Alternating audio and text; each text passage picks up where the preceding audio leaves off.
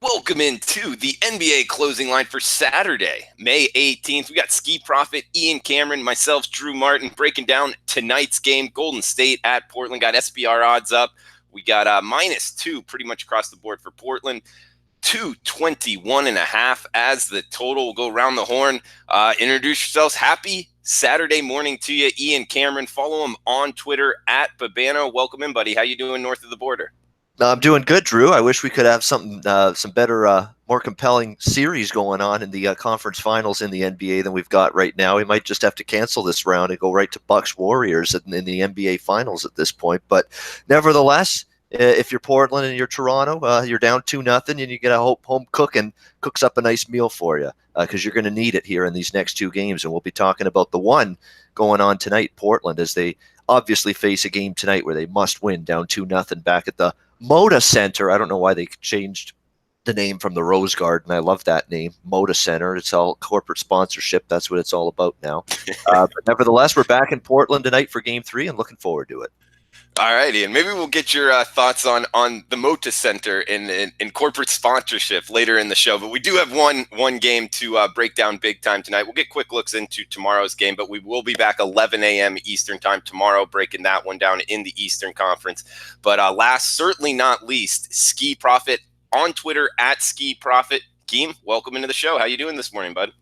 I'm doing well. And is it the Mota Center or Mota Center? I don't know. But definitely agree with what Ian said about wish we had better conference finals. I definitely thought Raptors might steal the last game or at least compete.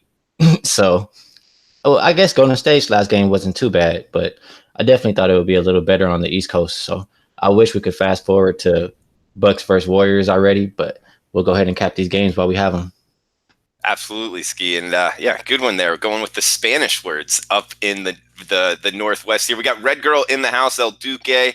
Emre, what's up? Welcome in. Gabriel Hernandez, like in the Blazers money line tonight, laying it with them. Von Paulo, welcome in. Do we have anything on the Preakness race today? That Ian Cameron might have a little something on that. We can touch on that a little later. But guys, let's start off right at the top. Give the people what they want. We got Golden State at Portland tonight, looking at SBR odds right now, 9 p.m. Eastern tip. This one on ESPN, 221.5 being the total. -2 at 5 dimes, seeing 2.5 at Bookmaker, back to 2 at Bet Online. So some opinion here in the marketplace going from 2 to 2.5. That's Portland down in the series, favored here by the odds makers and the betting market at this point. Ski, I'll come to you first, man. Overall thoughts here on the Warriors at the Trailblazers. First thought, as you said, Blazers are favorites by 2.5 now, and Warriors were just favored by 7, game 1 and game 2. They covered easily the first game. They didn't cover the second game, but 2.5 now, that's what, a 9.5 move? Yeah, is home court worth that much? I'm not sure. I don't know if they're just still underrating this team without KD. I know Portland is desperate, but 9.5 points is a lot. That's my first thing when I look at this game here. Couple stats for Portland. When the spread is -4 to -1, they're 17-9. They're 22-18 as a home favorite. They're 27-20 versus competition. 55% win teams are greater. We expected Portland to play better at home. Much better team at home.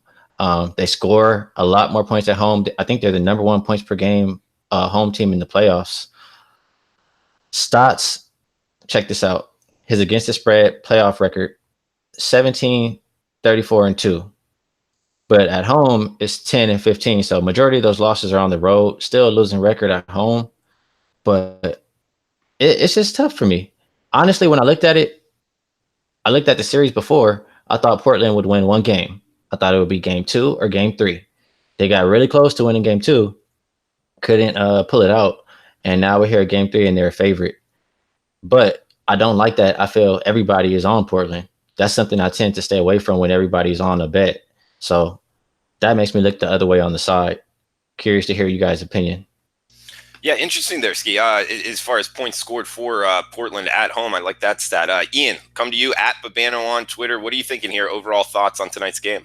Yeah, I guess I'm going to be one of those. I'm going to be one of the sheep here in this game. Like, bah, I'm going to be one of the sheep here tonight. I'll be on Portland. I actually took the money line here on Portland in this game, minus 135. Now, maybe I'm skewed because I did cash Portland plus the points in game 2 of this series the other night. They got it done. I thought they played great for about 2.5 quarters. And then, of course, when Golden State gets that offensive machine going and it's 3 there, 3 here, 3 there, 3 everywhere, starting to rain from the perimeter, that's when it can become a problem. That's when a game can totally flip in the other direction, and that's exactly what happened. Golden State got the offense rolling, and once they get things going downhill, it's a very, very hard caboose to stop. Portland found that out the hard way the other night in game 2. Great effort, but it's kind of like Portland's game 2 loss mirrors Toronto's game 1 loss against Milwaukee. That game was there. They had it in their back pocket, so to speak, and let it slip. That's the one concern with backing Portland here. Look at the way Toronto responded off the tough loss in game 1. They didn't respond too well. They got their clocks cleaned last night. They got outplayed, out-hustled, totally outplayed at both ends of the court. I mean, Milwaukee's offense, they couldn't stop. They couldn't hit a shot. What else is new there, pretty much, outside of Kawhi Leonard again? And Toronto really took a collective mental hit from losing game 1, from coming so close to winning game 1 against Milwaukee and then losing it. They didn't have the right response. Is Portland going to have the right response after coming so close to winning game 2 at Oracle and then coming up just short? They got a better game out of CJ McCollum. Lillard got going pretty much in the second half. Still didn't win that game. Definitely a concern, but this is, to me, for Portland, they've been good at home, formerly known as the Rose Garden. They've been a pretty good home team. They realize that they're in a situation where they need to win this game. A lot of nice quotes, too, from Portland saying it's been a while since we've played a home game, and they're actually right. They played Game 7 at Denver and on the road, and then they played the first 2 games, of course, of this series at Oracle. So this has been a while since they've played at home, 9 days. So I think you're going to get the energy level renewed and rejuvenated quite a bit tonight for this Portland team. Ski's point about it being 2.5 is a valid one. It's a big swing. Portland still gets respect at home. No question. And it's a big swing considering what the point spread was in game 1 and game 2. But I do think Portland is going to pick up the win here tonight. And look, Golden State, great job in 3 games without Kevin Durant. There's no question. They have shown what this team is still capable of even without him on the floor. I think at some point, though, there's going to be a game that shows up where you finally realize, hey, we kind of missed the guy.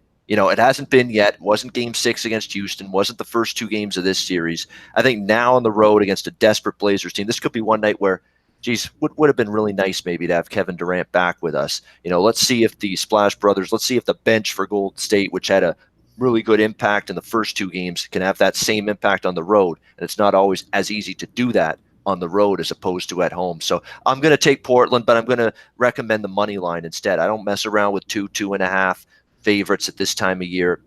I want the safety net of just winning the basketball game when it's a very, very small favorite. So Portland money line for me, which you can get about minus 135 right now in most spots. Minus 132 best number right now, I think, at 5 dimes. So decent price. I'll lay the money line here with the Blazers. Ski, a question to you about Ian's bet here, going money line minus 132 rather than the minus 2 points at minus 110. Just from a betting philosophy, do you think that's the smart decision?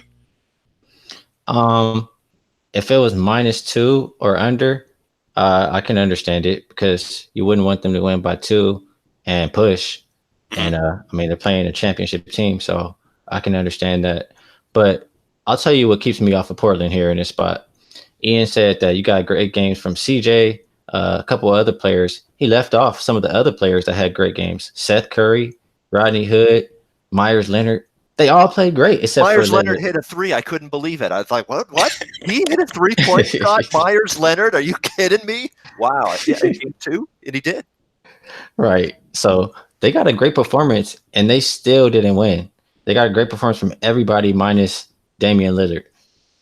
So we have that there mixed with the Stotts record. Here's a stat for Portland. They're 1-4 their last 5 after covering. So all of those things right there are going to just take me off of And then the fact that I said that I think a lot of people are on Portland is going to back me off of thinking I'm taking Portland.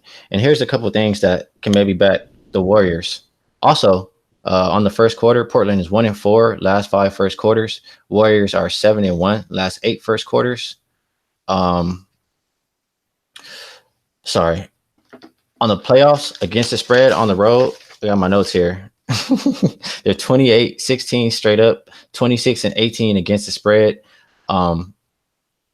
They've covered at least one road game in the playoffs since they started this run, since the dynasty started for the Warriors, 14-15 season. They've covered and won at least one road games 3 and 4 every series. They're 5-1 against the spread, last 6 as a dog. And okay, here's where I want to look. Since 2016, when they got KD, they're 5-4 straight up and against the spread as a dog without KD. Now, this year, they're 3-0 straight up and against the spread, all road games. And Steph played in 5 of those 9 games when they were a dog without KD. They're 5-0 straight up and against the spread when Steph plays. Steph makes the team go, not KD. The whole team functions much better. As we've seen the past 3 games, everybody gets more involved. Everybody's excited to play together. And I don't think it stops right now. So that's going to take me off of Portland and hold me up. Where I'm looking to go in this game, I'm going to look at the total. Portland, over 28-18-1 at home. Golden State, over 27-20 away. So I was waiting on this situation since the series opened. I thought maybe the first 2 could sneak under. The first game did. The over is 13-3. Last 16 times these teams have played. I think we see points here. Just as Ian said, we should see energy. I think Portland's going to come out firing just as they did the last game. And Golden State scores more on the road. Portland scores more at home. Portland has to score points in order to win this game. That's how they've won all season. I think the over at home, I have a stat for that. I can't find it. I think it's like 14 and it's a really good stat. The last like 15 games, majority of them have went over for Portland. So I'm going to be on that over. And Ski, just to come at you, because those were great stats. 28-18 to the over for Portland's last couple home games. I guess over 40 last home games. 28-20 away games for Golden State, and 13-3 the last 16 times these two teams have played towards the over. Are those all correct? Correct. Yeah, that's a lot pointing towards this over tonight. Also, your first quarter stats there. Portland 1-4 their last 5 first quarters, and Golden State 7-1 their last 8 first quarters, all against the spread numbers. That's pointing really towards Golden State. But I'll throw out there, it's 2-0 Golden State. Portland change of venues coming home. What are you thinking here with this first quarter line, man, as far as those stats pointing towards Golden State, but kind of change of venue, human nature almost kind of pointing towards Portland? Yeah, I would look more towards, if I'm going to bet aside, it wouldn't be the first quarter Golden State. I would just take the points on the full game because they win straight up and against the spread when KD's out, when Steph Curry's playing. They're 29-1. I think their last 30 without KD. They're 6-1 this year without KD straight up. Since these teams have played, they're 15-1 straight up last 16 games for Golden State. The one time Portland won, it was this year when they had Nurkic, and Nurkic had a crazy game. So Portland hasn't beat this team in so long. I don't see them really winning the game here. So I would prefer Golden State on the whole game than the quarter. Good stuff, Ski. And guys in the chat box, please chime in what you're betting on. Feel free to market it any way you'd like. If you're liking the content, please give us the thumbs up sign, the like button. Tomar in the chat saying the biggest difference in this series is that Portland played a tough 7-game series and they've been tired. McCollum couldn't hit a shot in the fourth quarter of game 2. That is a point that I haven't heard too many people talking about recently, but Portland going through a 7-game series before, they could be tired. Good point there, Tomar. Ian, anything you want to throw in on what Ski said and also what Tomar's saying in the chat box? Yeah, and it may not be a coincidence that Portland and Toronto, 2 teams that went through the meat grinder of 7-game series in the second round, are showing signs of maybe wearing down a little bit. here in the conference finals, both of them, the Blazers and the Raptors, and of course both of them down 0-2 in their series. In terms of the total, I cashed the over the other night in Game 2 of this series. It was under in Game 1, but that under had a little asterisk beside it. You had a McCollum and Lillard performance in Game 1 where they were combined 11 for 31, 35%. From the field. You looked at that and you said that has to go up in Game 2. And another thing too that you got to remember about Golden State, who by the way are 2-1 to the over in the 3 games without Kevin Durant since the Game 6 against Houston. They play a quicker pace. Even they already play fast with Durant. They actually play even faster, in terms of their possession numbers without Kevin Durant. So they even quicken the pace even more without him on the floor. So that's another thing you got to factor in. So it's already a fast-paced team. Obviously, that's the way they play, and have always played. But even more so without Kevin Durant on the floor. Obviously, the one little mini, and it's very mini hesitation I would have with the over in this game is the zigzag nature of the totals. We saw Game 1 under, we saw Game 2 over. Does Game 3 revert back to under? I don't believe it will, because you still got, McCollum and Lillard were better in Game 2 of this series shooting the basketball when you're looking at it in terms of, 6 of 16 for Lillard, 9 of 23 still for McCollum, but they could still get even better, shooting the ball. Like, it was better than Game 1, but it can be even better than that. And maybe being back home in Portland in Game 3, the home gym, going to help them shooting the ball even more. Again, Hood was a big offensive contributor, which is good to see. Seth Curry, not Steph, Seth Curry, he can play some ball too, in case people don't understand that. He played very good in Game 2 of this series as well. So I'm with Ski on his overthought here tonight in game number 3. It's 221.5. There's been a slight adjustment, obviously, after Game 2. I don't know if it's been enough. And I know the zigzag nature of what we've seen so far would say bet the under in Game 3 after Game 2 went over, but I won't be doing that. If I look at the total, I'll be looking over 221.5 here tonight. Ian, you're hilarious, man. Ski, did you put anything? I know, you're trying not to laugh the whole time I'm talking. I noticed that. You're like, mini, just mini. It's a very mild concern. It's like so mild a concern that I'm still betting the over. Like, it's a mild concern. That's why I said it's a mini concern. Yeah. Just like how many times you put mini in there just to make sure. But Ski, anything on the zigzag theory? Do you put anything, even if it's mini, into that? No, not so much on the total, but I will say on the season, Golden State is number 1 points per game away, 117.8.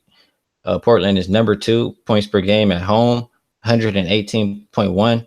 If you're back in Portland, Ian, I would say you think the game's going over, because when Portland plays at home, they put the ball in the bucket and they score points and win games. So I like the over there. I wanted to comment on a few of these comments here in the section. One, if Portland got blown out in Game 1 and 2, I'd back them here. But the way they lost Game 2, I think Golden State is sharp since they almost lost. I would agree with that. If they got blown out, yeah, I would be back in Portland here. But I think Golden State holds it together, especially after having to come back the last game. I think they'll stay sharp as well. And then there was a question from Red Girl. Ski, I have a question. How is the half and the full game both plus 2.5? It's because for a while now, teams that are down 0-2, when they go back home, they come out strong and cover the first half and first quarter. So books over adjust to try to buck that trend now. So that's why it's like that. Good stuff, Ski. And we got Daryl Lyles saying hit the like button. Robert Cherry, welcome in. Good morning, fellas. Red Girl saying she doesn't like the Marlins or the Marlins team total over. They were hitting last night, but betting Marlins overs. It's a scary proposition. El Duque, like in Portland, -2 first quarter, under 57. Portland -2 first half, under 113.5. So he's leaning Trailblazers and under there. Bunch of guys in the chat box. Yeah, please hit the like button, guys. That will help us out. Also, a bunch of people in here. Good morning to everybody. Happy Saturday morning. Dez saying Blazers are done. Ski, coming to you. Did you like anything to do with a long shot on the Blazers or the Raptors as far as coming back in either of these two series? Negative.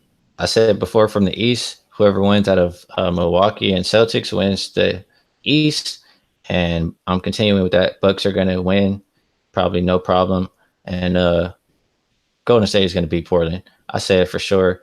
If you're betting Portland to win the series, you're throwing your money away. Just go give it to a homeless person. So I think Golden State versus Bucks is where we're going. Make sure it's a homeless person trying to turn their life around, though, not just going to spend it on anything. That's something I always try to keep in mind. And I do have a question, though, Drew. Yeah. If we can see where majority of the bets are going in this game, just because Golden State, I have 14-3 or 14-4 against the spread when they receive 50% or less of the bets. So that would give me another reason to just be on Golden State today if everybody's indeed on Portland. Okay. What I'm seeing right here is Portland is receiving 53% of the tickets written. Now, of course, you can go to different sites and get different numbers because they go by different sports books in terms of numbers of tickets written. That's what I like to go off of, just because I don't really trust when the numbers come out of how much money is on each side, just because being down in Costa Rica, trying to work with the sports books, I've learned personally they're very tight with that information. So I always question when sites put out percent of money. That's my personal handicap on that. But right now, Ski, I'm seeing 53% of the tickets written on Portland. Okay. And maybe, my stronger play is probably towards the total. So I'll just monitor that throughout the day. If indeed everybody is betting Portland, then 9 times out of 10, I'll be adding Golden State during the day. Yeah, it's pretty split right now. And it's interesting because, this number came out, and in my view on it is, both Ian and Ski know way more about the betting markets in NBA than I do. But seeing -2.5 on Portland, my first inkling was, wow, Golden State, that's too much, like Ski said. Too much of a move just because of home court advantage and down 0-2. I do get the change of venue, but I just think it's too much here. So my first look is towards Golden State. But then again, I'm questioning myself, Ski and Ian. It moves a lot for a reason. And a lot of times, these moves can be shocking. But Ian, anything on the summary of the amount this number has moved, and does it make you kind of question what you were thinking going into this game? Yeah, and I always say this to people, and I believe it fully myself. If I'm on the same side and I fully believe in my thought process and my handicapping process going into the game, and I believe in it fully, I always have to believe in it fully, because why are you placing the bet if you don't believe in it fully? My thought is always, if I'm happen to be on the side that is the heavy public side, and even if that public side is getting hammered by the public and the line's not moving, which often sets off even more red flags to certain bettors. They say, oh my gosh, the public's pounding this side, it's not moving. The sharp money must be all on the other side. The sharp money must always be right. No and no. All right, that's the best way I can put it. No and no. All right, you trust your strategies, you trust your process, you trust the work you do, and if you think you've got the right thoughts, the right process going into the game, that you think it's going to play out that way, you have a positive expectation, belief behind your handicap of the game and the wager you place on that, based on that handicap, then you stick with it. You say to hell with the 53% this or the public pounding that and the line not moving. The sharp money's got to be all on the other side. Oh no, now I'm done. Stick a fork in me. I'm done. No way I can win this bet now. No, I have never believed in that. I've never bought into that, because the sharp money is not always right. That's the best way I can put it. I agree with that, Ian. Well said. We got a bunch of people back in the chat box saying, Des saying Portland has their foot out the door. Also, Nelson here with the stat, teams down 0-2 going home are killing it in the first half in the NBA playoffs. So that's something to look at. Last 10 years, it's like 65%. So, Ski, I know you're into trends like this. Do you think that there's something there with the Portland side? Yeah, that's why I suggested so much. It's the same spread as the full game. But I'm not ready to back Portland on the first half, especially I said they've been started in first quarters poor, and I'm not ready to back them on the first half. My thought process on this game kind of agreed with you, Drew. I looked at it initially and said Golden State plus plus the points, they're begging you to take Golden State. And then I looked at it again. I said, well, everybody's going to see that, or I don't know, maybe everybody's going to just take Portland because they say, oh, it's -2.5. Portland's at home. They got to win this game. I'm going to take Portland. So I went back and forth, and I told you why, the reasons that took me off of Portland and reasons that kind of pushed me more towards Golden State. And I agree with what Ian said as far as you stick to what you cap. I mean, you don't fold. If you capped it a certain way and you liked it, don't let the sharp money change your mind. But in this situation here, it's not just sharp money that's going to change my mind. It's going to be the fact that I like the Warriors myself, and the stats say when the public doesn't like the Warriors win and cover. So I'll just monitor. Okay, well said. And yeah, there's not much worse than capping it a certain way, believing in it, and then having somebody, change your mind, the quote unquote sharp money, and then your bet losing, Ski. That's not a good feeling, man. Most definitely. That would be like the worst thing ever.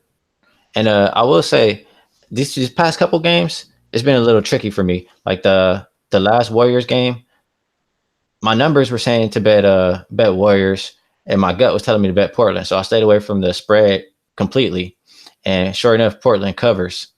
And then this last game, I tried to go with my gut because my gut was correct the game before, and just complete letdown. Toronto gets blown out. So yeah, that sucks. You go with the brain one time, it doesn't work. You go with the gut the next time, it doesn't work. It's brutal. Yeah, I struggle with that too. That's just how the game goes. Yep. Hey, we got Tomar saying something else. Curry is a completely different player with Durant out. He plays at an MVP level. When Curry plays well, it's the whole team. Durant doesn't make others better the way Curry does. I agree. And Ski started the show off, pretty much with that, Tomar. As far as I agree with him. Curry's like the quarterback. In my, for a football reference here, he kind of makes the offense go. Whereas, in my opinion, Durant's more like the star wide receiver, where it's nice to have him in big plays. You're going to go to him a lot, but Curry's kind of, getting everybody on the same page, so to speak, right, Ski? Most definitely. That's the unanimous MVP.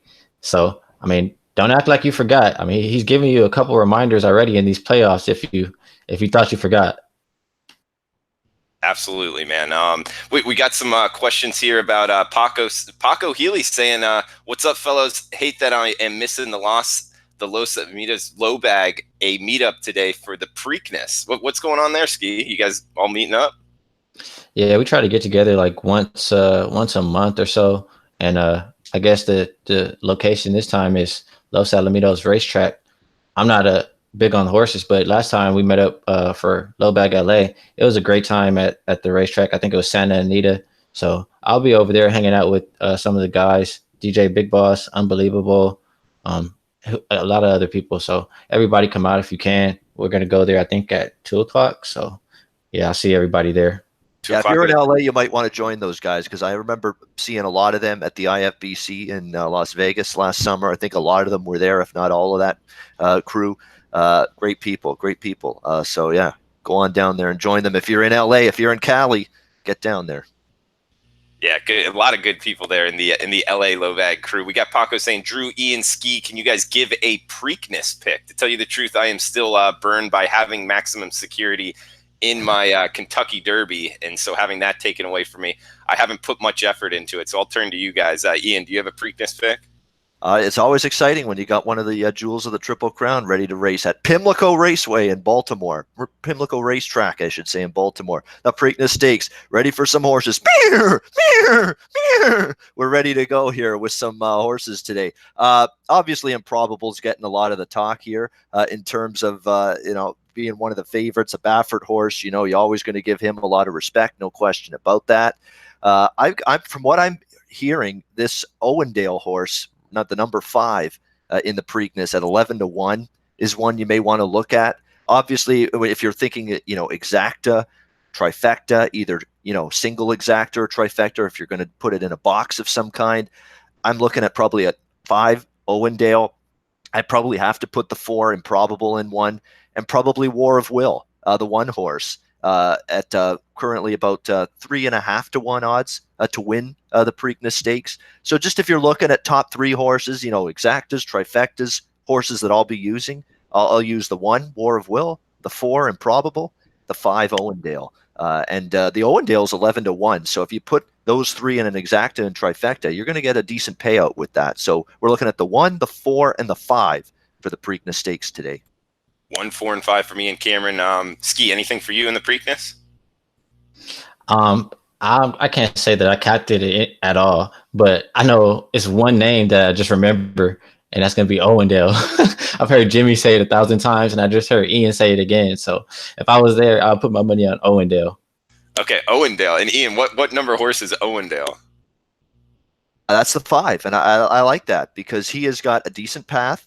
His post position's not terrible. It's a decent little trek for him.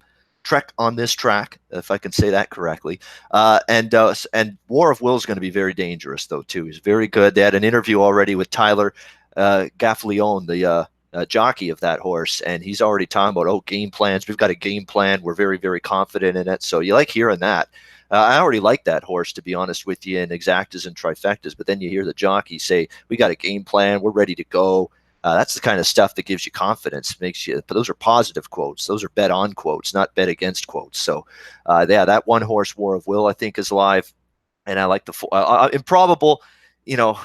There's a reason why people like. Obviously, he's 2 to 1. Bob Baffert, the whole bit. It's going to be hard not to put the 4 in any of your exacta trifecta combos. And Owendale, there's I think a good reason why some people, Jimmy the Bag included, like that horse. I mean, again, his trek is not bad here for this racetrack. So there's some others that are kind of interesting. I've heard some people say that the Jose Ortiz horse, another Twist of Fate, which is the 12 horse, which is 9 to 1 right now, is potentially a live long shot as well. But you can't go crazy. You can't put 4, 5, 6 horses in an exacta and trifecta. You got to try to pare it down and trim it down a little bit. So that's a consideration. Maybe you could do that as a separate win place show, or even just a place or a show bet on that 12 horse if you like it. But for me, the exactas and trifectas will settle around the 1, War of Will, the 4, Improbable, and the 5, Owendale.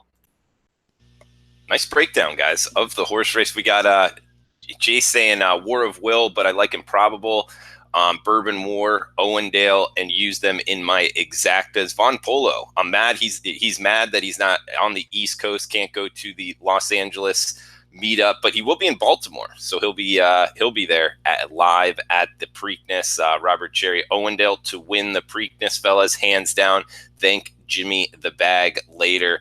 So lot in the chat box, guys. Let us know what you're betting on the NBA game. Any MLB games, more than welcome. Really, any sports, what you're betting is fine. And we got best bets coming up to end the show. I believe 15-9 on the year, up over 60% as a group since the NBA playoffs started and this show started. So far, so good, making some profits. Hopefully, people following along. We got at Ski Profit on Twitter, at Babano on Twitter, and myself at Drew Martin on Twitter. But guys, anything else? Ski, I'll come to you first. Anything else you want to throw out there before we get to best bets, kind of recapping the NBA, or anything else sports betting that's on your mind, man? I'm just looking at the chat. I see people asking me, should I take Golden State +4? Is it at +4 now? I'll look it up right here. We got the Golden State +4. Yeah, if it's at +4, I mean, no, it's still 2.5. 2.5. No. So must be thinking of a teaser. Must be thinking about a teaser. Yeah, or he's looking at a teaser of some kind. Yeah, okay. Well, if it would have been +4, I'll say, yeah, I'll take that right now too. But the chat is talking about Milwaukee versus Golden State, and people are saying Milwaukee's going to win. I think I see 2 people backing the Warriors. Curious to see if you guys have any opinion on that matchup, but I mean, I don't think Milwaukee is ready just yet, and we have KD back. I think that's definitely, they need him back for that series. I'm not going to say they don't need him. I think they do need him for that series there. And I think the Warriors will. It's definitely got the potential to be an absolutely tremendous series if it indeed ends up being the Bucks and the Warriors. And I think it goes 6 or 7. But you're right. Until I see Golden State get beat, how are you going to go against that group? How are you going to go against that team when you keep seeing the kind of results they have had? So definitely, to me, I'm looking at probably, until someone, to be the man, you got to beat the man, the old Ric Flair quote. And it's good to see he's healthy again after the little scare earlier this week. But Golden State, to me, until someone beats them, hard to go against them right now. One last thing, Drew. Yeah, go ahead. Ski. I know a lot of the narrative is Portland wins. Everybody's saying Portland wins game 3 now, right? Is anybody saying Portland loses this game and wins game 4? I don't think anybody's thinking like that. Everybody is pretty much thinking Portland wins this game here. Any thoughts on that or opinion? I would go with Portland winning today. I mean, as far as if you made me pick one or the other, yeah, I think if they lose tonight, they're going to be shown the door and probably going to be swept. That's how I would feel. I don't know how you feel about it, Ian. If they lose tonight, Portland, it's done. It's probably 1-2-3 Cancun. How many times have we seen that in these playoffs? NHL and NBA both. Even the NHL, if team's down 3-0, they're done. And it's been that way in the NBA for years. So Portland's got to win tonight. Toronto's got to win tomorrow night. I got more belief still in Toronto winning at least a couple of games against Milwaukee than I do Portland winning more than I think they would. I truly believe they win tonight, but I think this is the only game they win in this series. I think it's Golden State in 5 when it's all said and done. I'm willing to back Portland tonight, but this will be my only time backing them probably because I think Golden State will win it in 5. And Ski, an update on that +4. It's that was from Eric Daniels saying alternative spread line Golden State +4 at -160.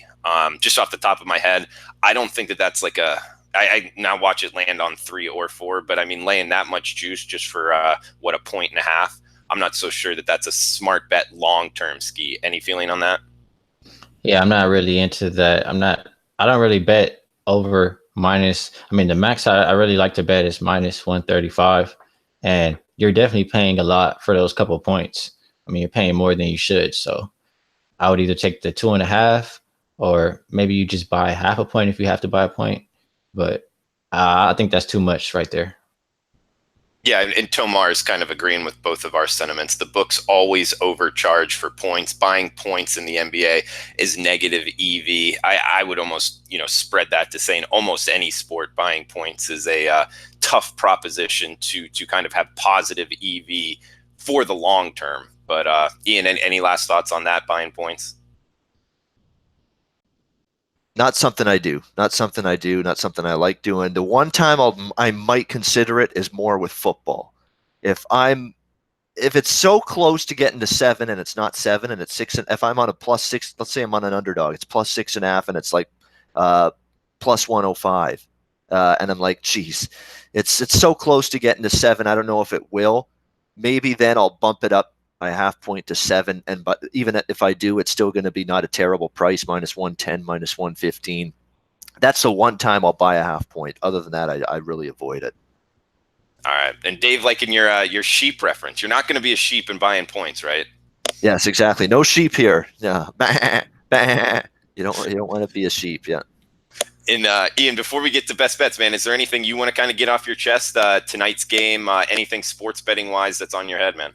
Yeah, we mentioned the boxing match. I do have a small bet there with the over 9.5 or 8.5, I should say, in the Wilder fight in the boxing tonight. It's just apparently I keep hearing people say they like Wilder to knock him out. I got to see it with these boxing matches before I believe it. Too many times with these dull, drabby matches that get drawn out, go the 12 rounds or close to it, or the decision, and you get over 8.5 at a plus price. Plus price too with that. So I like that. In the UFC card, I like Rafael Dos Anjos in the main event against Kevin Lee. Kevin Lee stepping up another weight class. I think Rafael Dos Anjos, okay, he's had some bumps in the road lately. I think there's a little bit of a step down for him, a step up, not only in weight class, but in competition quality for Kevin Lee. So I like Rafael Dos Anjos in the main event tonight against Kevin Lee. And and I sprinkled a little, maybe I'm biased because I'm Canadian, on the 2 Canadians fighting on that card. Charles Jourdain is going to be, I think, a very good fighter down the road.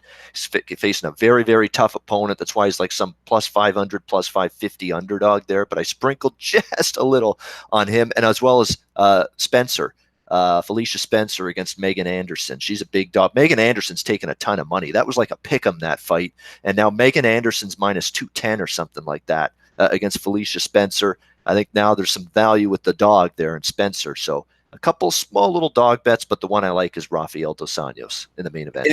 And Ian, I want to come back at you on that one because Kevin Lee, he's a guy I've seen fight a lot. Rafael dos Santos, good in his own right, more technical.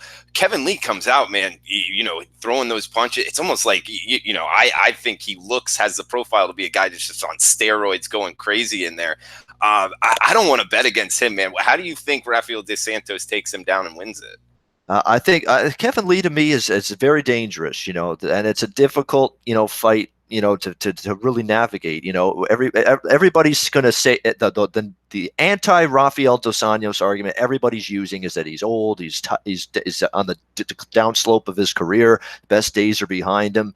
But I still think dos Anjos, Lee, he's going to try, I think, to wrestle, get this down to the mat. I think that's going to be something he tries to do.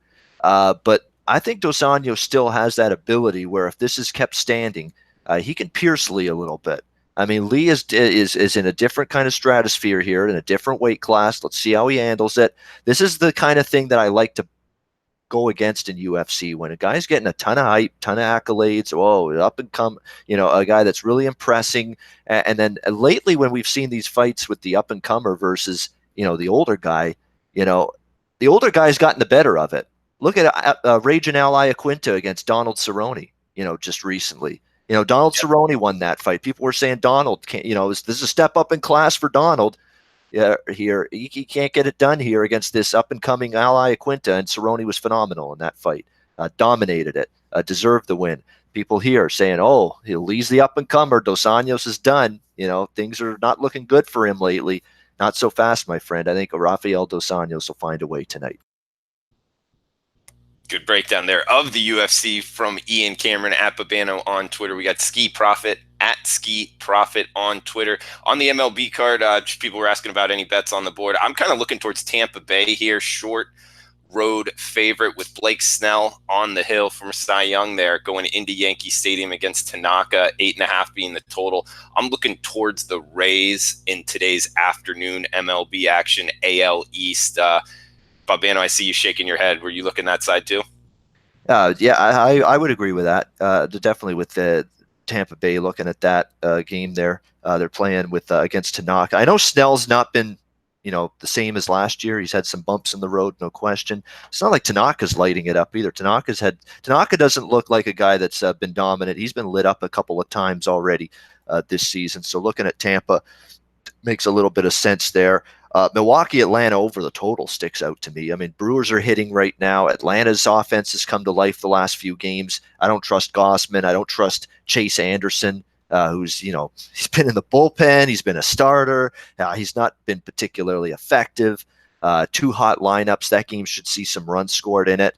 And so should the Houston-Boston game, I think, too.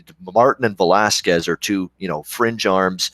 I know the offenses got shut down yesterday in the opener. Porcello's a decent pitcher. Cole's very good. So, you can kind of understand why the lineups were scuffling yesterday. But overall, if you look at Houston and Boston the last couple of weeks, they've both been pounding the baseball. So looking at that game over the total, as well as Milwaukee, Atlanta, as well. I think there was a side I was looking at too. I'm trying to see which one it was. Minnesota and Seattle, Barrios here at about minus 130 against Seattle. This is very simple. Seattle stinks. Seattle's absolutely awful right now. Their lineup has stopped hitting, or has not been as hot as it was early in the season. Their pitching's been a mess, starting pitching, and their bullpen's atrocious. It's been beyond bad. Minnesota's a tremendous team. They just got Miguel Sano back, as if their offense isn't good enough with Eddie Rosario, Jorge Polanco. Now they get Miguel Sano back. Good time, because Nelson Cruz just went on the DL for the Twins. So getting Miguel Sano back, another big bat in that lineup. Barrios got hit up a little bit last time. His last start, he didn't pitch his best in his last outing. I think he's got a chance to bounce back. And it's very, very simple. Minnesota's red hot. Seattle's not. So reasonable price considering you got Barrios, you got a hot Twins team, only about a minus 130. So I like the Twins there.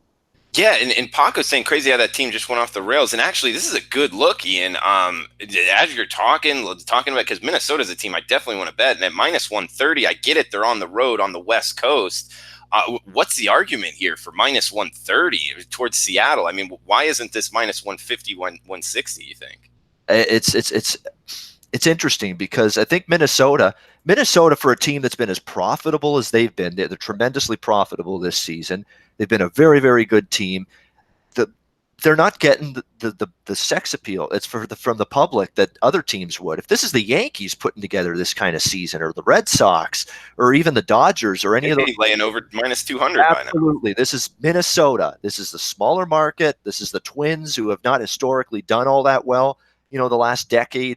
And it's taken odds makers a lot longer to adjust to where this team should be priced than where they're currently priced. And there's still probably some value in the line right now in the price with the Minnesota Twins, including tonight. You look at Seattle, they've gone completely off the rails. They've been brutal for about a month now. They started the season 11-2, and I think there's something like 5-18 or 19 ever since. I mean, it's been that bad for them.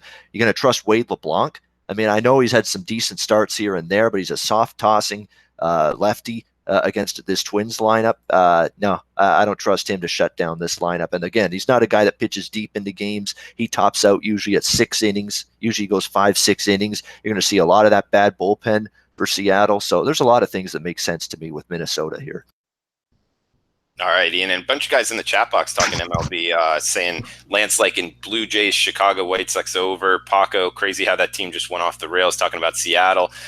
Tomar, Seattle was 2-18 against teams with winning records before they fell off. Wild, man. So, yeah, they just kind of had a facade there to start off the season. El Duque, like in Dodgers, Astros, Orioles, first 5. Raven with an argument towards Seattle here. The umpire 8-1 towards the home team, 6-2 also towards the over. That might be worth a look there. How about Texas team total over? Most important market moving M's way. That's not square action. So, well, you know what, Eric? That's going to give me a chance to prove my point then, because I don't give 2 shits about the market movement. To hell with the market movement. I like Minnesota. I think they got the edges here. That, like I said, I'm not going to not back Minnesota now because the market's moving towards Seattle. That's asinine, if you do that long term. So yeah, I'm okay with liking Minnesota even if the market doesn't. All right, Ski, we got to get you back in here, man. What's up with the baseball? Yeah, I'm easing my way back into baseball, and I did make my first baseball play last week. I took an over and I cashed it. And another team that's like been doing overs, I believe it's Seattle. Like they've been hitting the ball pretty well. And as far as Ian's play on Minnesota, I was just looking over a couple stats.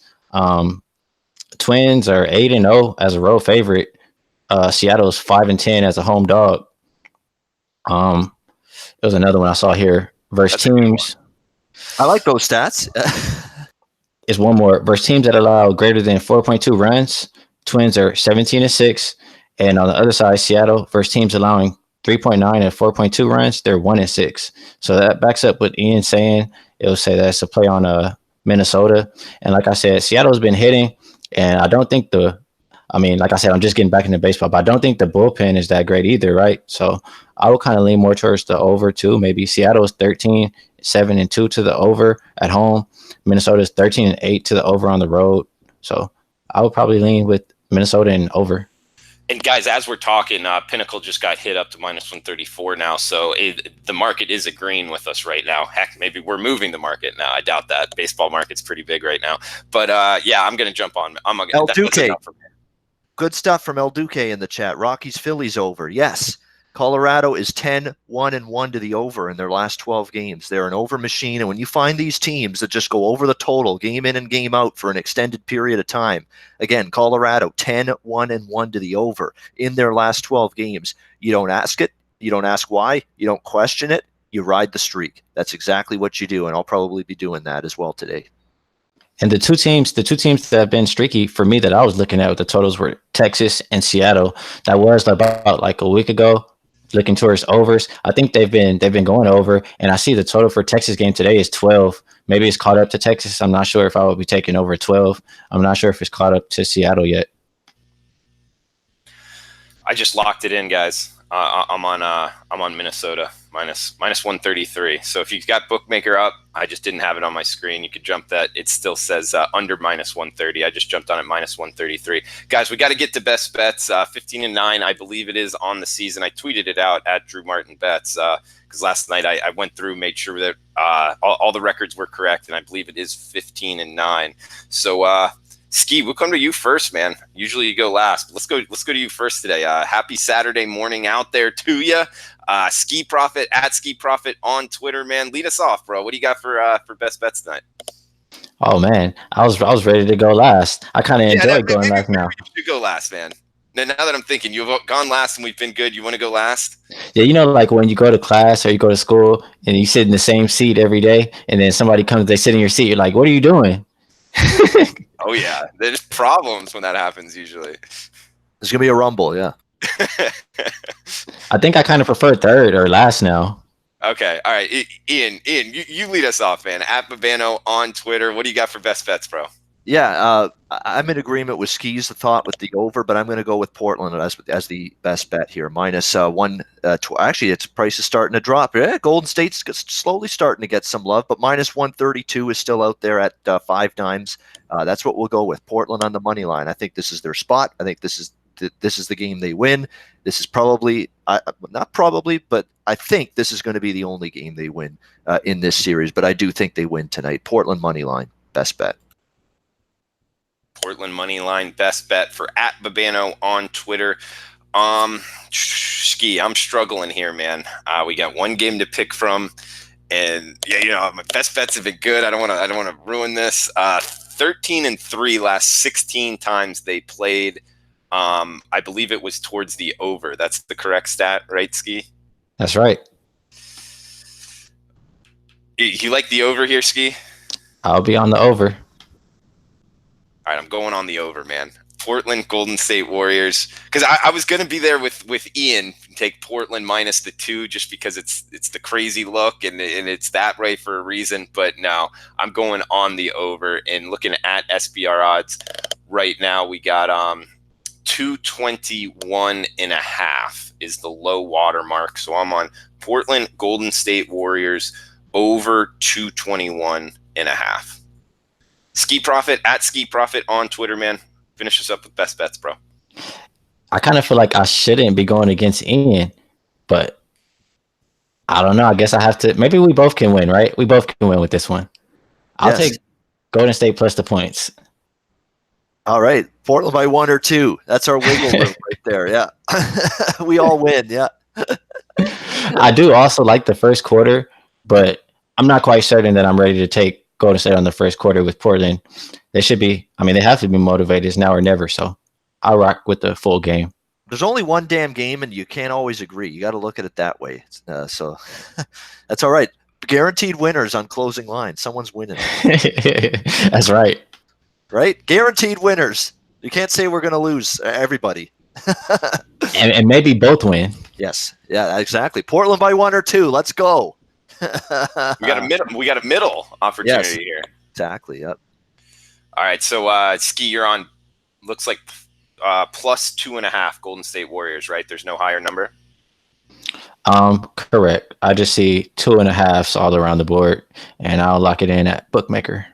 Okay, Bookmaker, Heritage, Pinnacle, all at 2.5. So we got Ski Profit on Golden State Warriors plus 2.5. We got Ian Cameron on Portland minus 132 money line, and I am on the Portland Golden State Warriors over 221.5. We got Ski Profit on Twitter at Ski Profit. We got Ian Cameron on Twitter at Babano. Myself, Drew Martin on Twitter at Drew Martin Bets. For Ian Cameron, Ski Profit, and myself, Drew Martin, thanks for tuning in, guys. Best of luck with your bets. We'll be back tomorrow at 11 a.m. Eastern, breaking down the NBA, throwing out other MLB bets as well, maybe some NHL. So come join us tomorrow, 11 a.m. Eastern. Smash the like button on your way out. Best of luck with your bets, guys. Thanks, everybody. Good luck. Later.